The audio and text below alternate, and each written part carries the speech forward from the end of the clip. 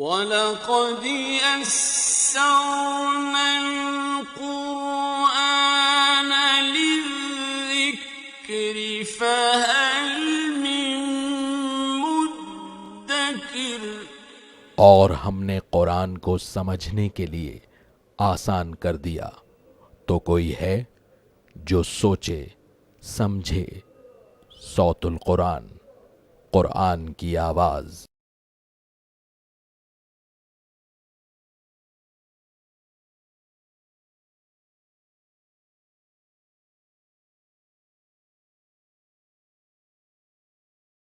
نحمده ونصلي على رسوله الكريم اما بعد فاعوذ بالله من الشيطان الرجيم بسم الله الرحمن الرحيم يا ايها الناس ضرب مثل فاستمعوا له ان الذين تدعون من دون الله لن يخلقوا ذبابا ولو اجتمعوا له وان يسلبهم الذباب شيئا لا يستنقذوه منه ضعف الطالب والمطلوب صدق الله العظيم۔ سورۃ الحج آیت نمبر 73 سے ہم اپنا مطالعہ شروع کر رہے ہیں۔ اب یہ اس سورہ مبارکہ کا 10واں اور آخری رکوع ہے، اور قرآن حکیم کے ان مقامات میں سے ہے کہ جہاں اللہ تعالیٰ نے پورے دین کی دعوت اور اس کے تقاضوں کو انتہائی جامعیت اور اختصار کے ساتھ بیان فرمایا ہے۔ 6 آیات اس رکوع میں انشاءاللہ ہم پڑھیں گے، جن میں سے 4 آیات میں ایمان کی دعوت کا ذکر ہے، اور 2 آیات میں پورے کے پورے دین کے تقاضے چند الفاظ میں پیش کیے گئے ہیں۔ پہلی 2 آیات میں توحید کا بیان ہے۔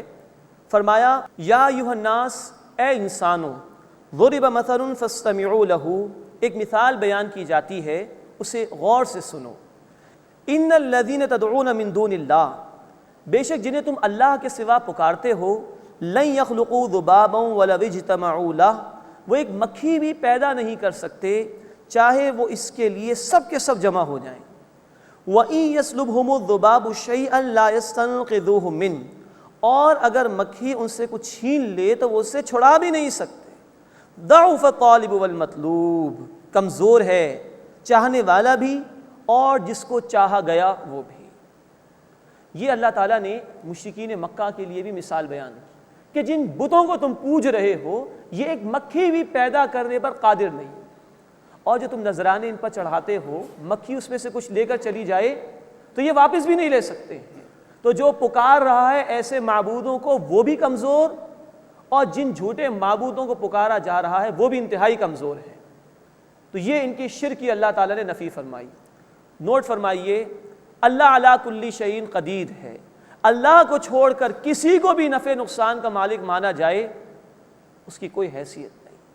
اللہ کو چھوڑ کر کسی سے بھی توقعات وابستہ کر لی جائیں، اس کی کوئی حیثیت نہیں۔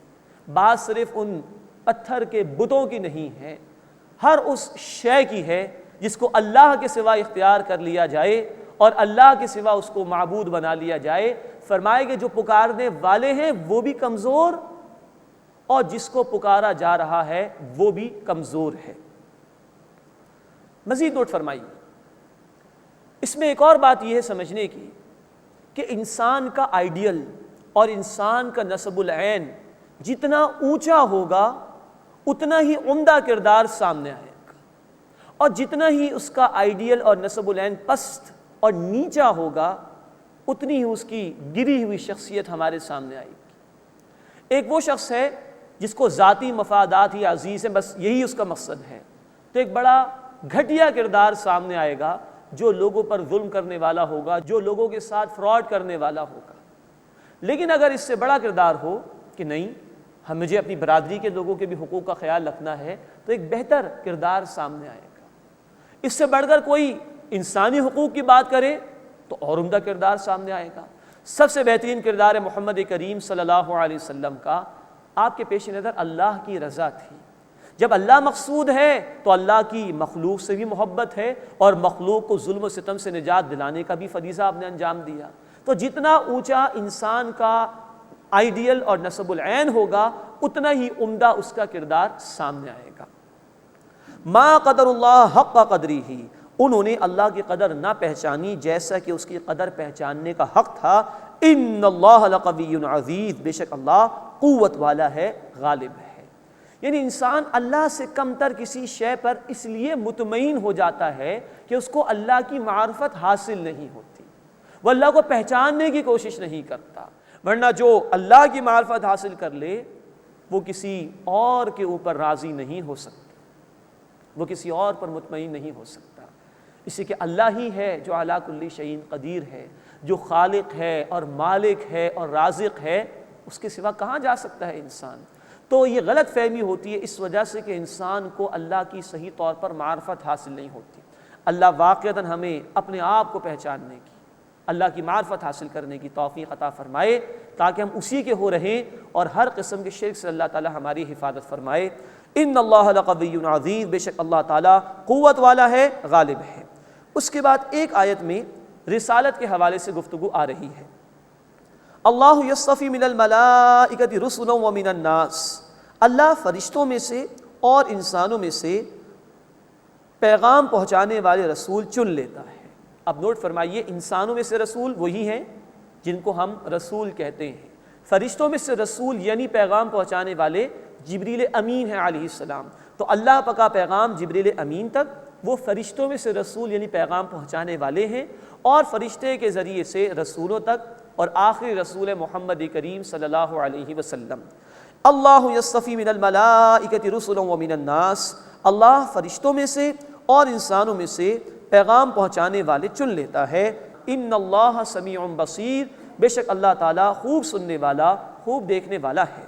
اب ایک آیت میں آخرت کا بیان، یعلم ما بین ایدیہم وما خلفہم، اللہ جانتا ہے جو کچھ ان کے سامنے ہے اور جو کچھ ان کے پیچھے ہے، یعنی اس وقت لوگ جو اعمال کر رہے ہیں اللہ ان سے واقف ہے، اور جو ماضی میں لوگ کر چکے ہیں اللہ اس سے بھی واقف ہے۔ وَإِلَى اللَّهِ تُرْجَعُ الْأُمُورُ، اور تمام کاموں کا لوٹنا اللہ ہی کی طرف ہے۔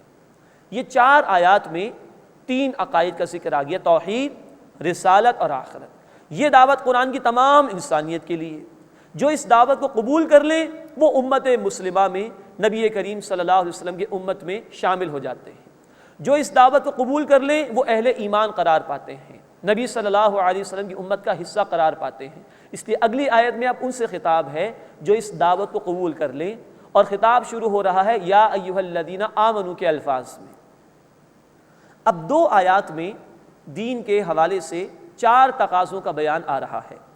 آیت نمبر 77 میں تین تقاضوں کا بیان ہے، اور آیت نمبر 78 میں بنیادی طور پر ایک ہی تقاضے کا بیان ہے لیکن تفصیل سے۔ یا ایھا الذین آمنوا ارکعوا واسجدوا، اے وہ لوگوں جو ایمان لائے ہو رکوع کرو اور سجدہ کرو، واعبدوا ربکم، اور عبادت کرو اپنے رب کی، وافعلوا الخیر، اور بھلائی کے کام کرو، لعلکم تفلحون، تاکہ تم فلاح پا سکو، یعنی اصل کامیابی تمہیں حاصل ہو جائے۔ تین باتوں کا ذکر آیا۔ نمبر ایک، رکوع اور سجدہ کرو، مراد ہے نماز کی ادائیگی کا اہتمام کرو۔ قرآن حکیم میں نماز کے ارکان کو بیان کر کے نماز مراد لی جاتی ہے، یہاں رکوع اور سجدے سے مراد ہے نماز کا اہتمام۔ ایمان کے بعد پہلا مطالبہ جو بندہ مومن سے ہے وہ نماز کی ادائیگی کا ہے۔ اللہ ہمیں تمام نمازوں کو پابندی سے ادا کرنے کی توفیق عطا فرمائے۔ دوسری بات بیان کی گئی وَاعْبُدُوا رَبَّكُمْ، اور عبادت کرو اپنے رب کی۔ معلوم ہوا کہ نماز سے آگے بھی عبادت مطلوب ہے۔ ایک غلط فہمی ہمارے معاشرے میں کہ نماز، زکوٰۃ، روزہ، حج ان کو کل عبادت سمجھ لیا گیا ہے، یہ درست نہیں۔ یہ اسلام کی بنیادیں، پلرز آف اسلام ہیں، بخاری اور مسلم شریف کی حدیث کے مطابق۔ اس سے اوپر پوری زندگی میں عبادت مطلوب ہے۔ قرآن نے کہا سورۃ الذاریات آیت نمبر 56 میں وَمَا خَلَقْتُ الْجِنَّ وَالْإِنسَ إِلَّا لِيَعْبُدُونَ، میں نے تمام جنات اور انسانوں کو صرف اپنی عبادت کے لیے پیدا کیا۔ تو نماز تو اس عبادت کے لیے بندے کو تیار کرتی ہے۔ دیگر ارکان اسلام، روزہ، زکوٰۃ، حج، پوری زندگی میں اللہ کی عبادت کے لیے بندے کو تیار کرتے ہیں، لیکن یہ عبادت پوری زندگی کے ہر گوشے میں مطلوب ہے۔ نمبر 3، وَافْعَلُوا الْخَيْرَ، اور بھلائی کے کام کرو۔ مراد یہ ہے کہ خدمت خلق کا کام کرو۔ جہاں ہمارا دین حقوق اللہ ادا کرنے کا حکم دیتا ہے، وہیں حقوق العباد کی ادائیگی کا حکم بھی دیتا ہے۔ اللہ کے رسول صلی اللہ علیہ وسلم نے فرمایا، بخاری شریف کی حدیث ہے، جو بندہ اپنے بھائی کی ضرورت میں لگا رہتا ہے کہ اس کو پورا کرے، اللہ اس کی ضرورت کو پورا کرنے میں لگ جاتا ہے۔ یہ ہے ہمارے دین میں حقوق العباد کی اہمیت۔ لیکن نوٹ فرمائیے، بندوں کی کچھ ضروریات ہیں دنیا کے اعتبار سے، کھانا کھلا دینا، پانی پلا دینا، کسی کی شادی کا اہتمام کر دینا، کسی یتیم کی کفالت کر لینا، یہ بہت بڑی نیکیاں ہیں۔ اس خدمت خلق کا اعلیٰ ترین تصور یہ ہے کہ انسانیت کو اس دنیا میں ظلم سے نجات دلانے کے لیے ایک عادلانہ نظام، جسٹ آرڈر کو قائم کرنے کی جد و جہد کی جائے۔ اور نمبر 2، انسانیت کی سب سے بڑی خدمت یہ ہے کہ ان کو جہنم کی سب سے بڑی تکلیف سے بچانے کی فکر اور کوشش کی جائے۔ یہی محنت تھی رسول اکرم صلی اللہ علیہ وسلم کی 23 برس کی، اور اسی ذمہ داری کو ادا کرنے کا ذکر اگلی آیت میں انشاءاللہ تعالی آئے گا۔ یا ایھا الذین آمنوا ارکعوا واسجدوا، اے وہ لوگوں جو ایمان لائے ہو تم رکوع کرو اور سجدہ کرو، واعبدوا ربکم، اور عبادت کرو اپنے رب کی، وافعلوا الخیر، اور بھلائی کے کام کرو، خدمت خلق کے کام کرو، لعلکم تفلحون، تاکہ تم فلاح پا سکو، اصل کامیابی تمہیں حاصل ہو جائے۔ وجاہدوا فی اللہ حق جہادہ، اب چوتھے تقاضے کے حوالے سے گفتگو آ رہی ہے اس مقام پر، اور جہاد کرو اللہ کے راستے میں جیسا کہ جہاد کرنے کا حق ہے۔ اب آگے بتایا گیا ہے کہ اس جہاد کا مقصد کیا ہے۔ ہوا اجتباکم، اس اللہ نے تمہیں چن لیا، منتخب فرما لیا، وما جعل علیکم فی الدین من حرج، اور تم پر دین کے بارے میں کوئی تنگی نہیں رکھی، یہ دین بڑا آسان ہے۔ اللہ تعالیٰ نے خود فرمایا سورۃ البقرہ آیت 187 میں، یرید اللہ بکم الیسر ولا یرید بکم العسر، اللہ تمہارے لیے آسانی چاہتا ہے، مشکل فرمانا نہیں چاہتا۔ اور یہاں فرمایا وما جعل علیکم فی الدین من حرج، اور تم پر دین کے بارے میں کوئی تنگی نہیں رکھی، ملت ابیکم ابراہیم، تمہارے والد ابراہیم علیہ السلام کا طریقہ ہے، یعنی یہ امت ملت ابراہیمی پر ہے، ابراہیم علیہ السلام کے طریقے پر ہے۔ ہوا سماکم المسلمین، انہوں نے تمہارا نام مسلم رکھا تھا، من قبل، اس سے پہلے، وفی ھذا، اور اس قرآن میں بھی تمہارا یہی نام ہے۔ نوٹ فرمائیے، ہم ابراہیم علیہ السلام کے طریقے پر ہیں۔ سورہ البقرہ آیت 131 میں ذکر آ چکا، ابراہیم علیہ السلام کا طریقہ یہ تھا کہ جب ان کے رب نے ان سے کہا کہ اسلم، جھک جاؤ، قال اسلمت لرب العالمین، انہوں نے فرمایا کہ میں نے اپنے آپ کو جھکا دیا تمام جہان والوں کے رب کے سامنے۔ یہ ابراہیم علیہ السلام کا طریقہ ہے، اللہ کے ہر حکم کے سامنے اپنے آپ کو سرنڈر کر دینا۔ نمبر 2، نوٹ فرمائیے کہ ابراہیم علیہ السلام نے تمہارا نام مسلم رکھا تھا۔ ہم پڑھ چکے ہیں سورۃ البقرہ آیت نمبر 128 میں ابراہیم علیہ السلام اور اسماعیل علیہ السلام کی دعائیں، ربنا وجعلنا مسلمین لک، اے ہمارے رب ہم دونوں کو اپنا مسلم یعنی فرما بردار بنا، ومن ذریتنا امۃ مسلمۃ لک، اور ہماری اولاد میں سے بھی اپنی ایک فرما بردار امت پیدا فرما۔ تو ہمارے لیے یہ مسلم نام تجویز کیا ابراہیم علیہ السلام۔ آج ہم نے کئی نام اختیار کر رکھے ہیں، جہاں تک تو کوئی فقہی آراء کی بات ہے، آراء علمی اعتبار سے رکھنا کوئی حرج کی بات نہیں ہے، لیکن ہمارا اصل تعارف ہے کہ وی آر مسلمس، ہم مسلم ہیں۔ یہی نام قرآن نے ہمیں دیا، اور یہی نام ابراہیم علیہ السلام نے ہمیں دیا ہے۔ لِيَكُونَ الرَّسُولُ شَهِيدًا عَلَيْكُمْ، تاکہ رسول صلی اللہ علیہ وسلم تم پر گواہ ہو جائیں، وَتَكُونُوا شُهَدَاءَ عَلَى النَّاسِ، اور تاکہ تم گواہ ہو جاؤ انسانوں پر۔ اب یہ جو جملہ ہے کہ رسول صلی اللہ علیہ وسلم تم پر گواہ ہو جائیں اور تم گواہ ہو جاؤ انسانوں پر، اس کا تعلق ہے اس بات سے جو پہلے آئی کہ وَجَاهِدُوا فِي اللَّهِ حَقَّ جِهَادِهِ، اور جہاد کرو اللہ کے راستے میں جیسا کہ جہاد کرنے کا حق ہے۔ اب 2 باتیں نوٹ فرمائیے۔ جہاد کا لفظ بہت مس کوٹ ہوتا ہے، مس یوز ہوتا ہے آج کل کے دور میں۔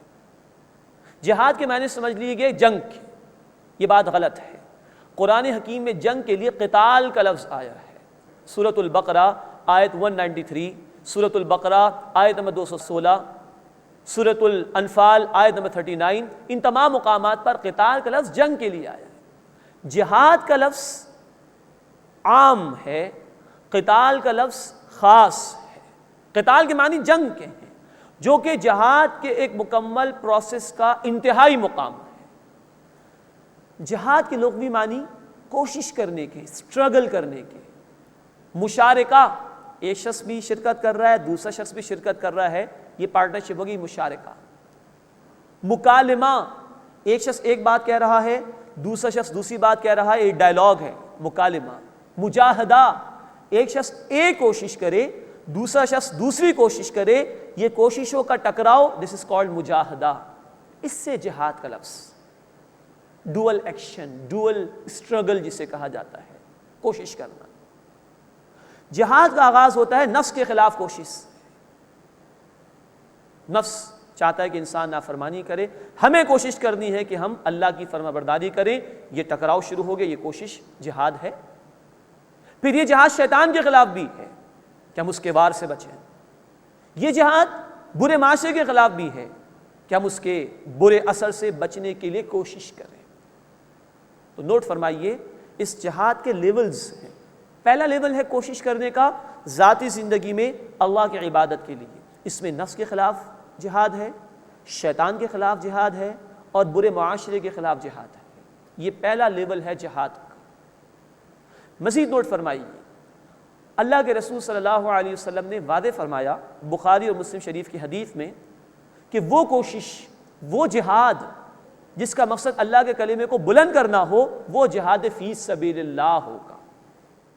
تو سامنے منزل ہونی چاہیے کہ اللہ کا دین بلند کرنا ہے، آغاز ہوگا اپنی ذات سے، ٹارگٹ ہے کہ اللہ کے دین کو غالب کرنا ہے، تو یہ ساری کوشش جہاد فی سبیل اللہ ہوگی۔ جہاد فی سبیل اللہ کا دوسرا لیول، یہ جو شہادت کا فریضہ ادا کرنا ہے تاکہ رسول صلی اللہ علیہ وسلم تم پر گواہ ہو جائیں اور تم انسانوں پر گواہ ہو جاؤ۔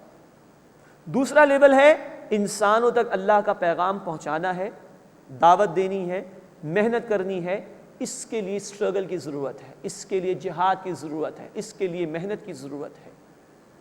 یہاں زبان بھی استعمال کی جائے گی، یہاں جسم بھی استعمال کیا جائے گا، یہاں مال بھی استعمال کیا جائے گا، دیگر ریسورسز بھی استعمال کی جائیں گی۔ دوسرا لیول ہے دین کی دعوت کے لیے جہاد اور کوشش اور محنت۔ تیسرا لیول، یہ جو گواہی انسانیت پر پیش کرنی ہے، یہ صرف زبان سے نہیں ہوگی، یہ صرف قول سے نہیں ہوگی، بلکہ عمل سے بھی ہوگی۔ یعنی اللہ کے اس دین کو غالب کرنے کی جد و جہد کرنی ہے، بالفعل اس کو اسٹیبلش کر کے دکھانا ہے۔ یہ ہے جہاد فی سبیل اللہ کا تیسرا لیول۔ اس لیول پر کوششوں کا ٹکراؤ جنگ تک جا سکتا ہے کہ جب اہل ایمان اور اہل کفر ایک دوسرے کے سامنے مقابلے پر آ جائیں اور یہ کوششیں ٹکرائیں تو یہ جنگ کی صورت ہو جائے گی۔ یہ کلائمیکس ہو گیا، یہ نقطہ عروج ہو گیا جہاد فی سبیل اللہ کے مکمل پروسیس کا۔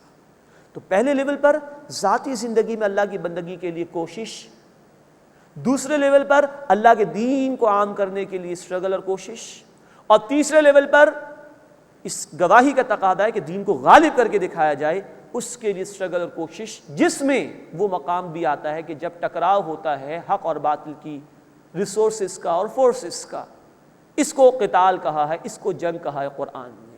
تو جہاد از ناٹ ایکویلنٹ ٹو قتال، جہاد اٹس اے ہول پروسیس جس کا نقطہ عروج اور جس کا کلائمیکس ہے قتال یعنی جنگ۔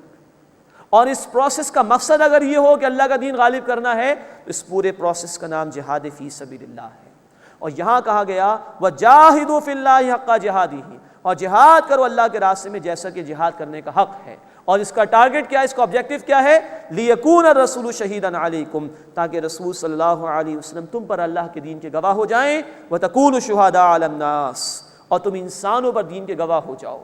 نوٹ فرمائیے، اللہ کے رسول صلی اللہ علیہ وسلم یہ گواہی اپنے قول سے بھی دے کر گئے، اپنے عمل سے بھی دے کر گئے۔ Now we are responsible to convey the message of Allah subhanahu wa ta'ala to whole humanity۔ اب انسانیت تک اللہ کا پیغام پہنچانا یہ ہماری ذمہ داری ہے، اپنے قول سے بھی اور اپنے عمل سے بھی۔ یہ 23 برس کی محنت تھی محمد کریم صلی اللہ علیہ وسلم کی۔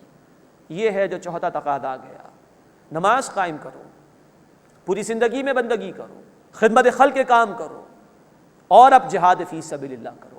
خدمت خلق کی بھی انتہا دنیا میں ظلم کے خاتمے کے لیے دین کو غالب کرنا، اور انسانیت کو جہنم سے بچانے کے لیے ان کی آخرت کی فکر و کوشش کرنا۔ چوتھا کام یہ آ گیا کہ انسانیت پر دین کی گواہی پیش کرنی ہے، اور اس کے لیے مستقل محنت، جہاد فی سبیل اللہ۔ اللہ ہمیں اس کی توفیق عطا فرمائے۔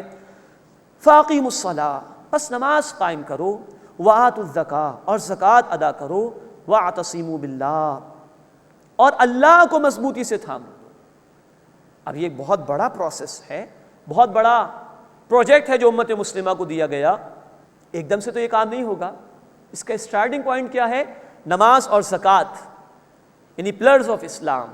نوٹ فرمائیے، جب نماز کے 1 یا 2 ارکان کا بیان کر کے رکوع، سجود، قیام نماز مراد لی جاتی ہے تو ارکان اسلام نماز، زکوٰۃ، روزہ، حج، ان میں سے ایک یا دو کو بیان کر کے ارکان اسلام مراد لیے جاتے ہیں۔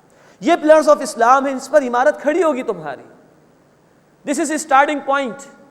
فاقیموا الصلاۃ، بس نماز قائم کرو، وآتوا الزکاۃ، اور زکوٰۃ ادا کرو، واعتصموا باللہ، اور اللہ کو مضبوطی سے تھامو۔ اللہ کو مضبوطی سے تھامنے سے مراد ہے اللہ کی رسی کو تھامنا۔ سورہ آل عمران آیت نمبر 103، واعتصموا بحبل اللہ، اللہ کی رسی کو مضبوطی سے تھام لو۔ اور اللہ کی رسی سے مراد ہے جامع ترمذی کی حدیث قرآن حکیم۔ یہ قرآن وہ ایمان دے گا جب بندے محنت کریں گے اللہ کے دین کی خاطر، یہ قرآن وہ موٹیویشن دے گا جب بندے اللہ کے دین میں آگے بڑھیں گے۔ اس قرآن کو تھامو، ارکان اسلام کو ادا کرو، یہ انیشیل پوائنٹ ہے، یہ سٹارٹنگ پوائنٹ ہے۔ ہوا مولاکم، وہ تمہارا کارساز ہے، فنعم المولا ونعم النصیر، کیا ہی عمدہ کارساز اور حمایتی ہے، اور کیا ہی اچھا وہ مددگار ہے۔ آگے تو بڑھو، اس کا دین ہے، اس سے مانگو، قرآن کو تھامو، نماز و زکوٰۃ سے آغاز کرو، اللہ تمہیں تھامے گا۔ اٹھ بان کمر کیا ڈرتا ہے، پھر دیکھ خدا کیا کرتا ہے۔ اللہ ہمیں آگے بڑھنے کی توفیق عطا فرمائے، ذاتی زندگی میں نماز کا اہتمام کرنے، عبادت کا پوری زندگی میں اہتمام کرنے کی توفیق عطا فرمائے۔ اللہ ہمیں خیر کے کام ادا کرنے کی توفیق عطا فرمائے۔ اللہ ہمیں جہاد فی سبیل اللہ کی توفیق عطا فرمائے، اور اللہ ہمیں انسانیت تک اپنے پیغام کو ہمیں اپنے قول اور اپنے عمل سے پہنچانے کی توفیق عطا فرمائے۔ بسم اللہ الرحمن الرحیم، قد افلح المؤمنون۔ اب اس کے بعد سورۃ المؤمنون کا آغاز ہو رہا ہے۔ یہ سورہ مبارکہ مکی صورت ہے، اور اس میں توحید، آخرت اور رسول صلی اللہ علیہ وسلم کی اطاعت کے حوالے سے گفتگو آئی ہے، اور سابقہ قوموں کے واقعات کو بھی اللہ تعالیٰ نے بیان فرمایا ہے۔ پہلے رکوع میں انشاءاللہ ہم دیکھیں گے کہ ایک بندہ مومن کی بنیادی صفات کو، بہت خوبصورت صفات ہیں لیکن بیسک کوالٹیز ہیں، ان کو بیان کیا گیا ہے۔ انسان کی تخلیق کے مراحل کا بیان بھی ہے، اور اللہ کی قدرتوں کو بھی بیان کیا گیا ہے۔ قد افلح المؤمنون، یقیناً کامیاب ہو گئے ایمان لانے والے۔ یا فرمایا کہ ایمان لانے والے فلاح پا گئے، کامیاب ہو گئے۔ فلاح، اس لفظ کو سمجھنا بہت ضروری ہے، یہ کئی مرتبہ قرآن حکیم میں استعمال ہوا۔ فلاحن کہتے ہیں کسان جو زمین کو جب ہل چلاتا ہے تو پھاڑتا ہے، اس میں بیج بوتا ہے، اس کے بعد فصل اگتی ہے۔ فلاح کے اندر کو پھاڑنے کا مفہوم داخل ہے۔ مراد یہ ہے، ایک ہے ہمارا جسم جس کے اپنے تقاضے ہیں، ایک ہے ہماری روح جس کے اپنے تقاضے ہیں۔ کامیابی اس میں ہے کہ انسان روح کے تقاضوں پر عمل درآمد کرے۔ اسی طرح ایک یہ دنیا ہے، اس کا ظاہری پردہ، اور ایک اس کے پیچھے اصل حقیقت ہے جو دراصل حقیقت ہے۔ تو کامیابی یہ کہ انسان اس جسم کے خول کو پھاڑ کر روح کو بیدار کرے اور اس کے تقاضوں پر عمل کرے۔ انسان اس دنیا کے ظاہری پردے کو چاک کر دے اور اس کے پیچھے جو حقیقت ہے اس کو سمجھنے کی کوشش کرے اور اس کے تقاضوں پر عمل کرنے کی کوشش کرے۔ یہ ہے فلاح، یہ ہے اصل کامیابی۔ قد افلح المؤمنون، یقیناً کامیاب ہو گئے ایمان لانے والے۔ اب ان کی صفات کا بیان آ رہا ہے۔ الذین هم فی صلاتهم خاشعون، وہ جو اپنی نمازوں میں عاجزی اختیار کرنے والے ہیں۔ نوٹ فرمائیے، پہلی صفت بیان ہوئی نماز کے حوالے سے۔ جب یہ صفات مکمل ہوں گی آیت نمبر 9 پر، تب بھی نماز کا ذکر آئے گا۔ تو مومن کے شب و روز نمازوں کے ساتھ جڑے ہوئے ہیں، اس کے اوقات کا تعین نمازوں کے ہی ساتھ ہوتا ہے، اور مومن اسی وقت مومن ہے جب کہ وہ نماز کا پابند ہو۔ لیکن نوٹ فرمائیے، یہاں یہ نہیں کہا کہ نماز ادا کرنے والے کامیاب ہوں گے، یہاں کہا کہ نمازوں میں عاجزی اختیار کرنے والے کامیاب ہوں گے۔ وہ نماز جس میں عاجزی ہو، دل بھی اللہ کے حضور جھکا ہوا ہو، اعضاء بھی جھکے ہوئے ہوں، پورا وجود اللہ کے سامنے جھکا ہوا ہو، عاجزی ہو، انکساری ہو، توجہ اللہ کی طرف ہو، سکون کے ساتھ نماز بندہ ادا کر رہا ہو، اطمینان کے ساتھ ادا کر رہا ہو، گویا اللہ سے کلام کر رہا ہو۔ الصلاۃ معراج المؤمنین، یہ نماز تو مومن کی معراج ہے نا، حدیث میں بتایا گیا۔ اس کیفیت کے ساتھ جو نماز ہے ان کے لیے کہا گیا کہ وہ کامیاب ہوں گی۔ اللہ ہمیں یہ کیفیت حاصل کرنے کی توفیق عطا فرمائے۔ جب ہم اطمینان کے ساتھ نمازوں میں اس کے ارکان کو ادا کریں گے انشاءاللہ، ہم سمجھ کے نماز ادا کریں گے۔ کیا ہی اچھا ہوگا جو صورتیں ہم پڑھتے ہیں، جو تسبیحات ہم پڑھتے ہیں، ان کا ترجمہ بھی ہم یاد کر لیں، تو بہت اچھا ہو جائے گا اس اعتبار سے کہ توجہ نمازوں میں بڑھ جائے گی۔ اللہ ہمیں یہ عاجزی ہماری نمازوں میں اختیار کرنے کی توفیق عطا فرمائے۔ پہلی صفت آئی کہ الذین هم فی صلاتہم خاشعون، وہ اپنی نمازوں میں عاجزی اختیار کرنے والے ہیں۔ دوسری صفت کا بیان آ رہا ہے والذین هم عن اللغو معرضون، اور وہ لغو یعنی بیکار باتوں سے اعراض کرنے والے ہیں۔ یہ بڑی اہم بات ہے۔ مومن کا تو ایمان ہے کہ اصل زندگی آخرت کی، اس کو تو معلوم ہے کہ دنیا ایک عارضی ٹھکانہ ہے، فانی دنیا ہے، یہاں کھیل تماشے کے لیے نہیں بھیجا اللہ نے، یہاں اللہ نے امتحان کے لیے بھیجا ہے، آخرت کی تیاری کے لیے بھیجا ہے۔ تو ایک بندہ مومن پھونک پھونک کے قدم اٹھاتا ہے، سوچ سوچ کر بولتا ہے، کیونکہ اسے معلوم ہے کہ اس کا جواب دینا ہے۔ ہر قدم اٹھانے سے پہلے 100 مرتبہ سوچتا ہے، کیونکہ اس کو پتہ ہے کہ اس کا جواب دینا ہے۔ فرمایا والذین هم عن اللغو معرضون، اور وہ جو لغو یعنی بیکار باتوں سے بچتے ہیں۔ آخرت پیش نظر ہو تو انسان دنیا میں دل لگی میں نہیں لگے گا، فضولیات میں مبتلا نہیں ہوگا، لیکن آخرت پیش نظر نہ ہو تو دنیا کی رنگینی میں انسان کھو جاتا ہے۔ اللہ کے حبیب صلی اللہ علیہ وسلم نے فرمایا، جامع ترمذی کی حدیث، بندے کے خوبصورت اسلام کی علامت یہ ہے کہ وہ بیکار باتوں کو چھوڑ دے، ہر وہ بات جس میں نہ دنیا کا کوئی جائز فائدہ ہو نہ آخرت کا کوئی فائدہ ہو، اس کو ترک کر دے۔ تیسری صفت آ رہی ہے والذین هم للزکاۃ فاعلون، اور وہ جو تزکیے کا عمل کرنے والے ہیں۔ ایک مراد یہ لی گئی ہے کہ زکوٰۃ کی ادائیگی، لیکن زیادہ مفسرین کی رائے یہ ہے کہ تزکیے کا عمل کرنے والے ہیں۔ زکوٰۃ کے لغوی معنی پاکیزگی کے ہیں۔ مراد یہ ہے کسی شے کی ترقی میں جو رکاوٹ بنتی ہو، کوئی شے، اس شے کو ہٹا دینا تاکہ جس شے کو ہم ترقی دینا چاہ رہے ہیں وہ شے ترقی کرتی چلی جائے۔ مال یہی کام کرتا ہے کہ جو پرانے پتے ہوتے ہیں اسے توڑ دیتا ہے، کانٹوں کو نکال دیتا ہے، تاکہ پانی اور کھاد سے تمام تر توانائی اچھے پتوں کو اور اچھی اور تازہ شاخوں کو ملے۔ تزکیے کا عمل یہ ہے کہ ایک بندہ مومن کی روحانی ترقی میں، اللہ سے تعلق میں جو شے بھی رکاوٹ بنے اس کو دور کر دینا تاکہ وہ اللہ سے قریب ہو سکے۔ یہ تزکیے کا عمل ہے۔ ہر برائی کا کام اللہ سے دور کر دینے والا ہے، اس کو ترک کر دینا یہ تزکیہ ہے۔ زکوٰۃ کا بھی کام یہی ہے۔ زکوٰۃ دل میں سے مال کی محبت کو نکال دیتی ہے تو بندہ اللہ سے قریب ہو سکتا ہے، اور زکوٰۃ مال کو بھی پاک کر دیتی ہے۔ فرمایا والذین هم للزکاۃ فاعلون، اور وہ جو تزکیے کا عمل کرنے والے ہیں۔ چوتھی صفت آ رہی ہے والذین هم لفروجہم حافظون، اور وہ جو اپنی شرمگاہوں کی حفاظت کرنے والے ہیں۔ بس اوقات انسان محسوس کرتا ہے کہ یہ تو اہل ایمان کی صفات کا بیان ہو رہا ہے، تو شرمگاہوں کا بیان، اس کی حفاظت کا بیان کیسے آ گیا؟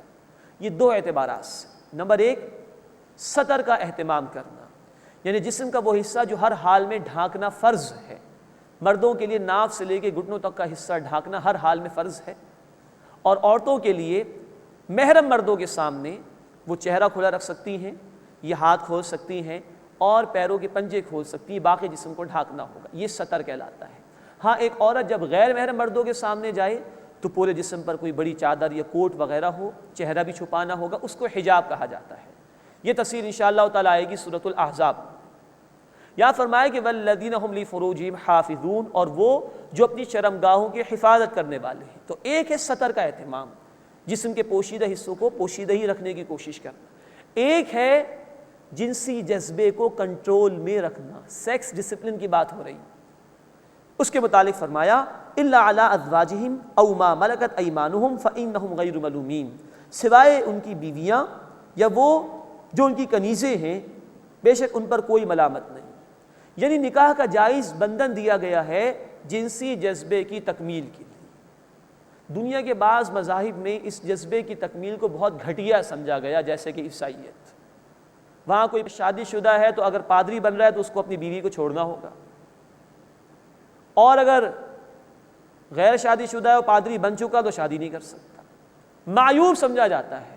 جبکہ ہمارے دین میں شرم و حیا کا معاملہ یہ ہے کہ اللہ کے حبیب صلی اللہ علیہ وسلم نے فرمایا جامع ترمذی کی حدیث میں کہ حیا اور ایمان ساتھ ساتھ ہیں، ایک چلا جائے تو دوسرا بھی چلا جاتا ہے۔ تو اس حیا کی حفاظت کے لیے نکاح کا بندھن ہمیں عطا کیا گیا ہے۔ اللہ کو ہماری شرم و حیا بہت محبوب ہے، اس کا بہت خیال ہے، تو جائز راستہ نکاح ہی کا ہمارے پاس ہے جس کے ذریعے سے جنسی جذبے کی تکمیل ہوتی ہے۔ اور اگر یہ جذبہ آزاد چھوڑ دیا جائے تو پورا معاشرہ برباد ہو جاتا ہے، گھریلو نظام برباد ہو جاتا ہے، شوہر اور بیوی کا اعتماد ختم ہو جاتا ہے، اولاد کی طرح توجہ نہیں رہتی ہے، معاشرے کو ذمہ دار افراد نہیں مل پاتے جو کہ معاشرے کے لیے ضروری ہوتے ہیں۔ اس لیے بنیادی صفات میں شرم و حیا کی حفاظت کو قرآن نے ذکر کیا۔ یہاں ایک بات نوٹ فرمائیے کہ کنیزوں کا ذکر آیا ہے، او ما ملکت ایمانہم فإنہم غیر ملومین، یہ جو ان کی کنیزیں ہیں اس بارے میں ان پر کوئی ملامت نہیں ہے، یہ ایک عارضی مسئلہ ہے، سر دست نکاح کا بندھن ہی جائز راستہ ہے اہل ایمان کے لیے۔ یہ غلاموں اور کنیزوں کا مسئلہ جو ہے یہ ایک عارضی مسئلہ ہے، اس کو نوٹ فرمائیے۔ جنگی حالات ہو گئے تو ہنگامی صورتحال ہوتی ہے، اس میں اس مسئلے کو ٹیکل کرنے کے لیے شریعت نے کچھ تعلیمات دی اور بڑی خوبصورت تعلیمات ہیں، اس کو نوٹ فرمائیے۔ جنگی قیدیوں کی کوئی نہ کوئی حیثیت متعین کرنی ہوتی ہے، اس لیے یہ کنیز اور غلاموں کے حوالے سے احکامات دیے گئے، ورنہ کسی آزاد مرد یا عورت کی خرید و فروخت حرام ہے ہمارے دین۔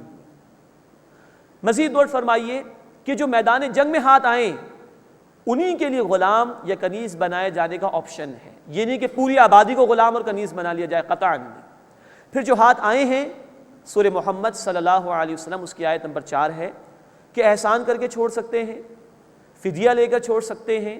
اس کے بعد ہے کہ اسلامی حکومت کی اتھارٹی کے تحت جو بھی ذمہ دار افراد ہیں ان کی اتھارٹی کے تحت ان کو قتال کرنے والوں میں ڈسٹریبیوٹ کیا جائے گا۔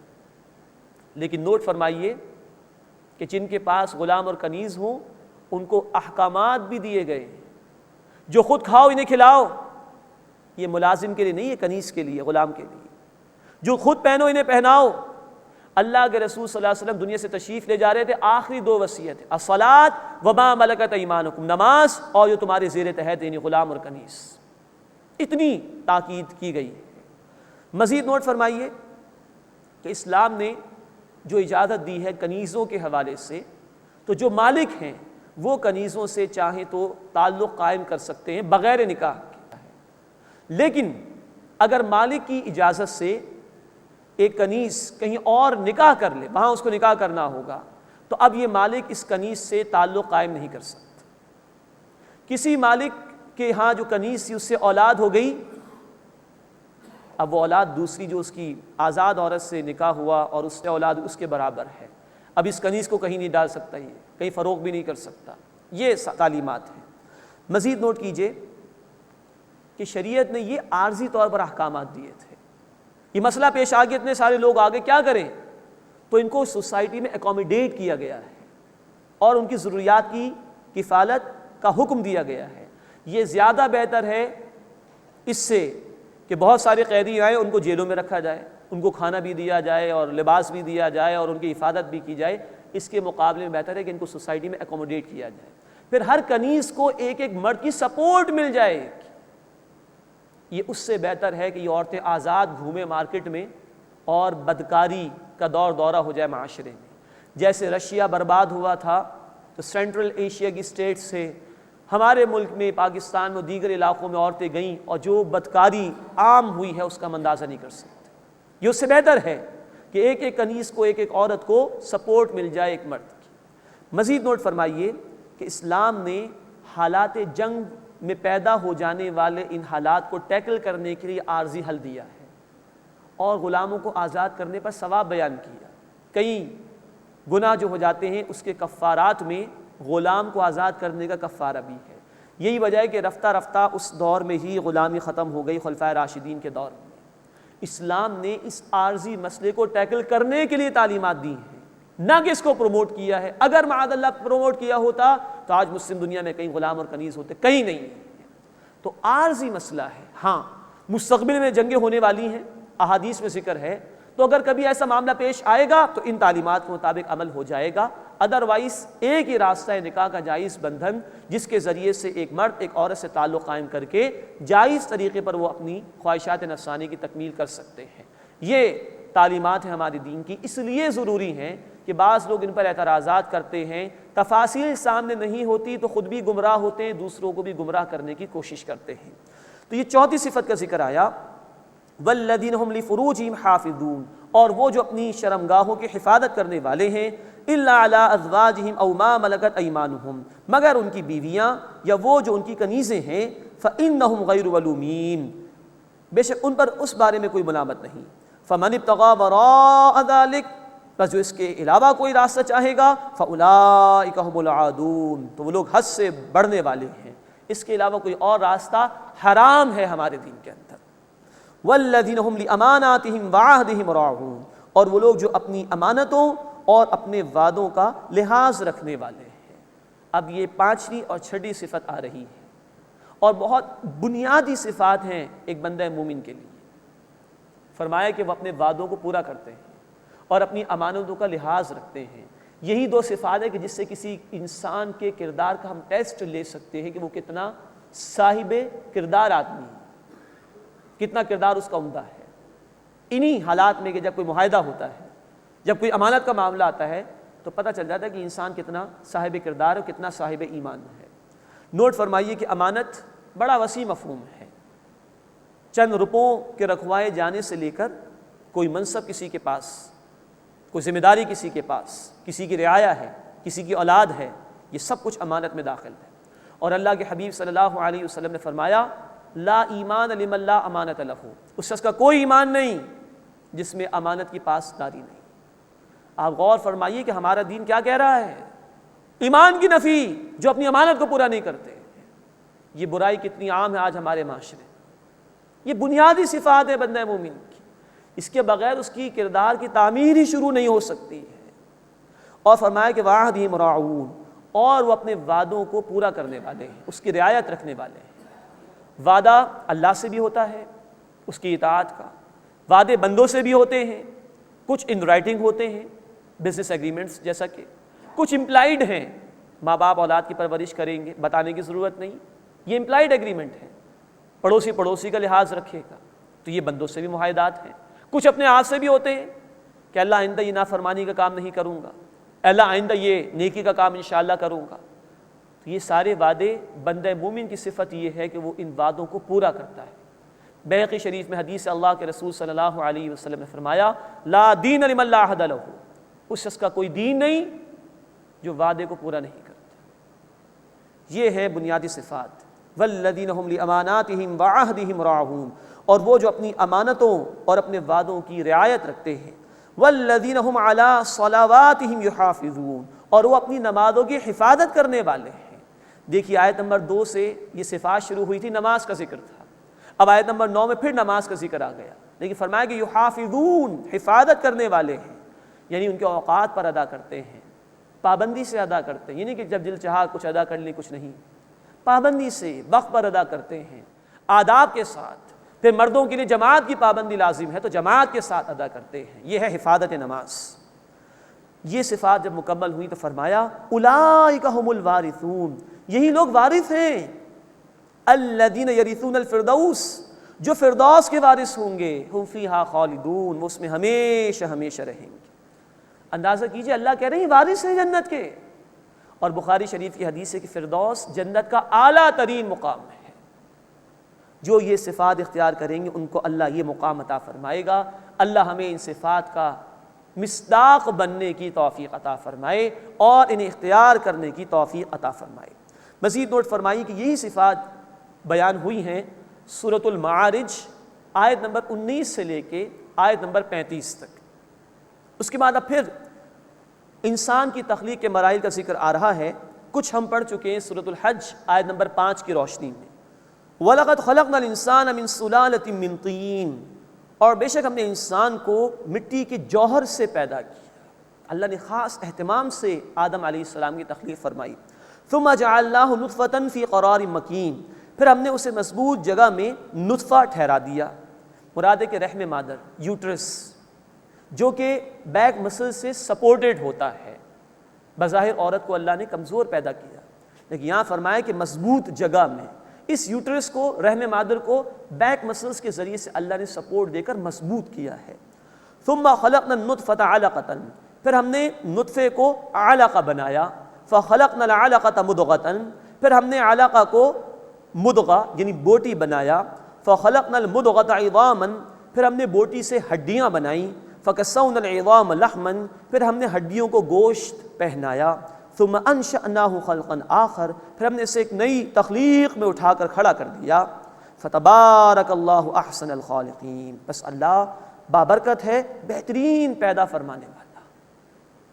یہ وہ مقام ہے کہ آج ایمبریولوجی کے ماہرین دنگ ہیں کہ قرآن نے 1400 برس پہلے کتنی باریک بینی کے ساتھ انسان کی تخلیق کے مراحل کو بیان فرمایا ہے۔ بخاری شریف اور مسلم شریف کی روایت میں وضاحت ہے کہ 40 دن نطفہ، 40 دن علقہ اور 40 دن مدغہ رہتا ہے، 120 دن 4 مہینے مکمل ہو جاتے ہیں، پھر اللہ کی طرف سے فرشتہ بھیجا جاتا ہے جو انسان کے اندر روح پھونک دیتا ہے، اب مکمل ہوئی ہے تخلیق۔ یہ جو فرمائیں گے ثم انشأناہ خلقا آخر پھر ایک نئی تخلیق میں اس کو کھڑا کر دیا، یہ ہے روح کے پھونکے جانے کا ذکر۔ یا مزید نوٹ کیجئے کہ علقہ اس کے معنی کسی معلق شے کے لٹکی ہوئی شے، مرد کی جانب سے جو حصہ جاتا ہے نطفے کا اس میں اسپرم ہوتا ہے، عورت کی جانب سے جو حصہ آتا ہے اس میں جز ہے اس کو اووم کہا جاتا ہے، ان دونوں کے ملاپ سے ایک شے بنتی ہے جس کو زائگوٹ کہا جاتا ہے۔ یہ مکسچر جو ہے گویا کہ یہ رحم مادر کی دیوار پر، یوٹرس کی دیوار پر جا کے لٹک جاتا ہے لیچ جوں کی طرح، اور وہاں سے پھر یہ اپنی غذا کو حاصل کرتا ہے۔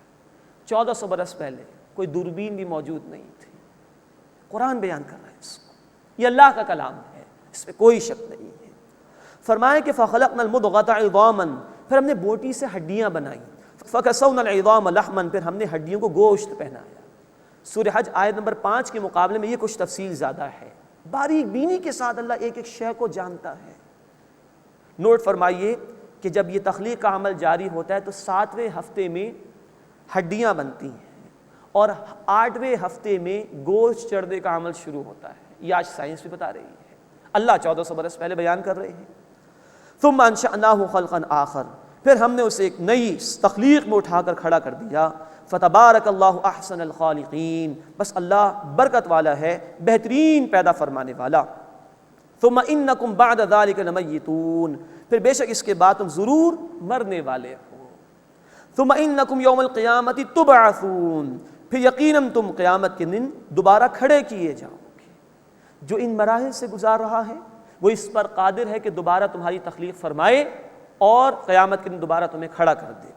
وَلَقَدْ خَلَقْنَا فَوْقَكُمْ سَبْعَ طَرَائِقَ اور یقیناً ہم نے تمہارے اوپر 7 آسمان یا 7 راستے بنائے، اوپر تلے آسمان ہیں لیکن اس کی اصل حقیقت اللہ ہی کے علم میں ہے۔ وَمَا كُنَّا عَنِ الْخَلْقِ غَافِلِينَ اور ہم تخلیق سے غافل نہیں۔ وَأَنزَلْنَا مِنَ السَّمَاءِ مَاءً بِقَدَرٍ اور ہم نے آسمان سے پانی اتارا ایک اندازے کے ساتھ، 70% پانی ہے زمین پر، اللہ اتنا ہی برساتا ہے کہ پانی اتنا ہی رہے، زیادہ ہو جائے تو آبادیاں برباد، کم ہو جائے تو مسائل پیدا ہو جائیں، بقدر ایک اندازے کے ساتھ۔ فَأَسْكَنَّاهُ فِي الْأَرْضِ پھر ہم نے اس کو زمین میں ٹھہرایا۔ وَإِنَّ عَلَىٰ ذَهَابٍ بِهِ لَقَادِرُونَ اور بے شک ہم اس کو لے جانے پر بھی قادر ہیں، ختم کر سکتا اللہ اس سب کو۔ فَأَنشَأْنَا لَكُمْ بِهِ جَنَّاتٍ مِّن نَخِيلٍ وَأَعْنَابٍ بس ہم نے پیدا کیے اس سے تمہارے لیے کھجوروں اور انگوروں کے باغات۔ لَكُمْ فِيهَا فَوَاكِهُ كَثِيرًا تمہارے لیے ان میں بہت سے میوے ہیں۔ وَمِنْهَا تَأْكُلُونَ اور اس سے تم کھاتے بھی ہو۔ وَشَجَرَةً تَخْرُجُ مِن طُورِ سِينَاءَ اور زیتون کا درخت جو سینا کے پہاڑ سے نکلتا ہے۔ تَنبُتُ بِالدُّهْنِ وَالصِّبْغِ لِلْآكِلِينَ وہ اگتا ہے روغن اور سالن لیے ہوئے کھانے والوں کے لیے۔ زیتون کا پھل کھانے کے طور پر استعمال کرتے ہیں اور اس کے تیل کو پینے کے طور پر، دوائی کے طور پر بھی استعمال کیا جاتا ہے۔ وَإِنَّ لَكُمْ فِي الْأَنْعَامِ لَعِبْرَةً اور بے شک تمہارے لیے چوپایوں میں سبق آموزی ہے۔ سورہ نحل آیت 66 میں ہم پڑھ چکے، ایک ایک دودھ دینے والا جانور اللہ تعالیٰ کی تخلیق کا ایک مظہر ہے، ایک پوری انڈسٹری ہے۔ فرمایا یہاں پر بھی نُسْقِيكُم مِّمَّا فِي بُطُونِهَا ہم پلاتے ہیں تمہیں جو ان کے پیٹوں میں ہے۔ وَلَكُمْ فِيهَا مَنَافِعُ كَثِيرًا اور تمہارے لیے ان میں اور بہت سے فائدے ہیں۔ وَمِنْهَا تَأْكُلُونَ اور ان میں سے تم کھاتے بھی ہو۔ مراد ہے کہ ان کے پیٹ میں سے خون ایک طرف، ان کے فضلات ایک طرف، اس کے درمیان سے صاف شفاف دودھ اللہ تمہیں پلاتا ہے، سواری کے لیے بھی استعمال کرتے ہو اور ان کا گوشت بھی تم استعمال کرتے ہو۔ یہ ہیں اللہ کی قدرتیں۔ وَعَلَيْهَا وَعَلَى الْفُلْكِ تُحْمَلُونَ اور ان پر بھی اور کشتیوں پر بھی تم سوار ہوتے ہو۔ یہ سب اللہ کی نعمتیں ہیں۔ بیان کا مقصد یہ کہ اللہ کے بندے ان پر غور و فکر کریں اور اس کے ذریعے سے اللہ کی معرفت حاصل کریں اور اللہ کا شکر ادا کریں۔ اللہ ہمیں اپنی ان نشانیوں پر غور و فکر کرنے کی توفیق عطا فرمائے اور اپنے شکر گزار بندوں میں شامل فرمائے۔ آمین یا رب العالمین۔ وآخر دعوانا ان الحمد للہ رب العالمین۔